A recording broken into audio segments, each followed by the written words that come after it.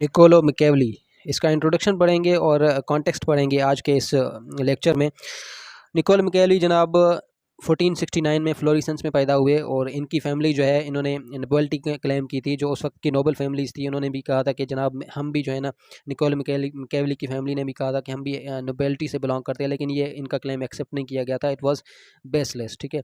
अब फ्लोरेसेंस जो है उस वक्त it was being ruled by a Medici family, जो कि बाद में जो है ना 1494 में इनको ओवरथ्रो किया गया और फिर इट फ्लोरेसेंस बिकेम रिपब्लिक 1494 में। अब जैसे ही जो है ना वो रिपब्लिक बना फ्लोरेसेंस, तो as a chancellor public life में एंट्री होती है मैकियावेली की। एज अ चांसलर काम करने चांसलरी क्लर्क काम करने लगते हैं।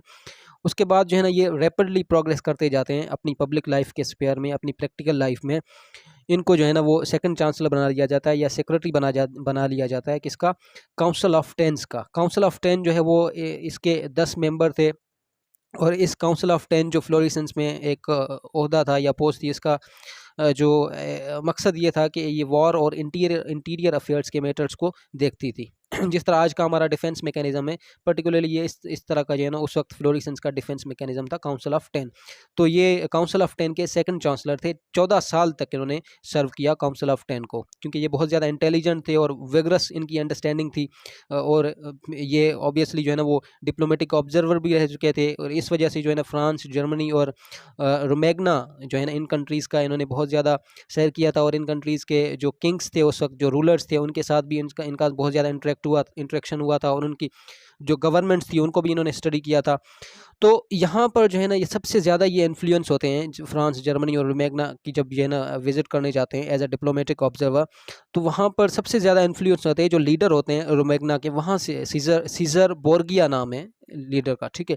मैकियावेली उससे काफ़ी ज़्यादा इम्प्रेस होते हैं। क्यों क्यों इम्प्रेस होते हैं? क्योंकि he he was a kind of despot. वो अवाम को जो है ना वो डेस्पोटिक जो है ना तरीके यूज़ करके अवाम को यूनाइट करता था। तो वो कहता था कि हमें सीज़र बोर्जिया जैसा एक लीडर चाहिए इटली को यूनिफाई करने के लिए, इटली को स्ट्रेंथन करने के लिए। तो उनकी जो बुक है the prince it is actually in the context of, ये जो इन्होंने लिखी है actually in the context of Caesar Borgia, जो कि लीडर थे रोमेगना के, ठीक है। द प्रिंस को हम डिटेल में इंशाल्लाह नेक्स्ट लेक्चर में स्टडी करेंगे।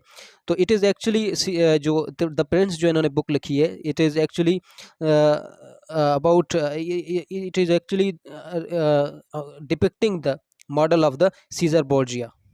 उसके बाद जनाब फ्लोरेसेंस के कुछ सर्कमस्टांसेस ऐसी हो जाती हैं, पॉलिटिकल क्लाइमेट इस तरह का हो जाता है कि मेडी की फैमिली को जो है ना वो रीएस्टेब्लिश हो जाती है, और जो वहाँ पर रिपब्लिक थी उसको ओवरथ्रो किया जाता है। और उसके बाद जो मेडी की फैमिली जो है वो उसकी मैकियावेली की फेवर में नहीं होते हैं, तो इस वजह से इनको उस पोस्ट से हटा देते हैं जिस पोस्ट पे वो सर्व कर रहे होते हैं फ्लोरेसेंस में। और ना ही सिर्फ हटा देते हैं, बल्कि इनको he was being accused of conspiracy against Medici family. Medici family जो है ना वो ये कहते हैं कि ये जनाब कंस्पिरेसी कर रहे थे उसके खिलाफ इन 1494, जिस वजह से उनको जो है ना ओवरथ्रो किया गया था। और इसी वजह से जो है ना ये जो मेडिकी फैमिली के मेंबर्स हैं या रॉयल्स हैं, इन्होंने बहुत ज़्यादा ब्रूटली इनको टार्चर भी किया और ही वाज इम्प्रिजन्ड, और फिर उसको एग्जाइल्ड भी कर दिया गया। लेकिन ये एलिगेशंस गलत साबित हुए, फिर वापस वतन बुलाया गया। तो ये जनाब इस तरह से इसकी ज़िंदगी गुजर जाती है। इसी के जो है ना दरमियान ये अपनी जो है ना वो पॉलिटिकल जो है ना वो फ़िलासफ़ी जो है ना लोगों को बताते हैं, और फिर जो है ना वो ये लिटरेसी जो है ना करियर इसी के दौरान इनका शुरू होता है। As a student of political thought जो है इन्होंने 2 बुक्स जो है ना वो लिखी हैं, 2 इंपॉर्टेंट डिस्कोर्सेज़ हैं इनके इनके हमारे पास। नंबर 1 द प्रिंसेस, जो कि बहुत इम्पॉर्टेंट है एक पॉलिटिकल स्टूडेंट के लिए, एक पॉलिटिक्स के स्टूडेंट्स के लिए। और दूसरी है द डिस्कोर्सेज़। ये दोनों जो है ना हमारा जो है ना कंसर्न रहेंगी इनकी, जब हम पॉलिटिकल आइडियाज़ पढ़ने की कोशिश करेंगे, ठीक है। अब इसके बाद हम जो है ना कॉन्टेक्स्ट देख लेते हैं कि किस कॉन्टेक्स्ट में जो है ना इन्होंने अपनी पॉलिटिकल थ्योरीज पेश की हैं, या फिर उस वक्त इटली के हालात क्या थे। जो आजकल का इटली है उस वक्त इसको फ्लड्स कहते थे, उस वक्त क्या हालात थे इटली जो अकॉर्डिंग टू मैकियावेली या फिर उस वक्त के इटली के हालात देखें, तो हमें ये पता चलता है कि इटली वाज डिवाइडेड, ठीक है। इटली में से 5 सिटी स्टेट्स थी, फ्लोरेसेंस, वीनस, सिसिली और नेपल्स, ठीक है।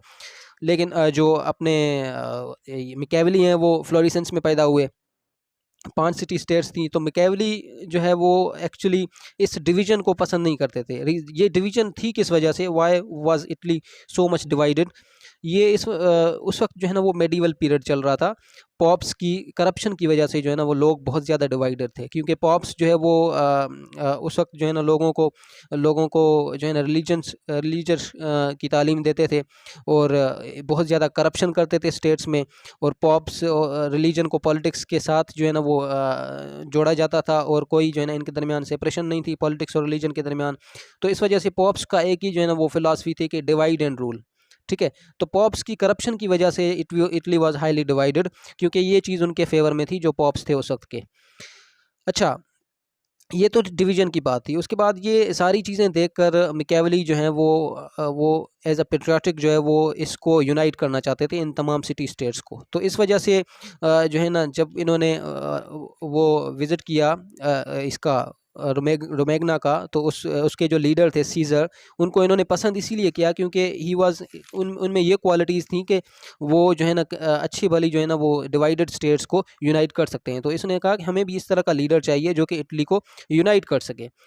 तो उस वक्त जो है ना वो रेनेसेंस का पीरियड भी चल रहा था, इनलाइटमेंट पीरियड चल रहा था। इनलाइटमेंट जो है ना वो रीबर्थ ऑफ रैशनैलिटी, लॉजिक। लोग जो है ना वो instead of being too much religious वो रैशनैलिटी को देख रहे थे, लॉजिकल जो है ना वो लोग हो रहे थे, वो रिसर्च बेस्ड जो है ना वो नॉलेज गेन कर रहे थे लोग। तो इस वजह से रेनेसेंस और इनलाइटमेंट पीरियड इसको कहते हैं, क्योंकि रिलीजियस वैल्यूज़ को लोग जो है ना नेगेट कर रहे थे और रेशनल और लॉजिकल थिंकिंग के ज़रिए जो है ना वो अपनी ज़िंदगी के मामलात को देख रहे थे। ठीक है, तो ये था जनाब इंट्रोडक्शन और कॉन्टेक्स्ट। नेक्स्ट जो है ना वीडियोस जो आने वाली है मिकेवेली के बारे में, उसमें मैं आपके साथ इंशाल्लाह जो है ना वो इसकी पॉलिटिकल आइडियाज़ और पॉलिटिकल थ्योरीज डिस्कस करूँगा। थैंक यू, अल्लाह हाफिज़।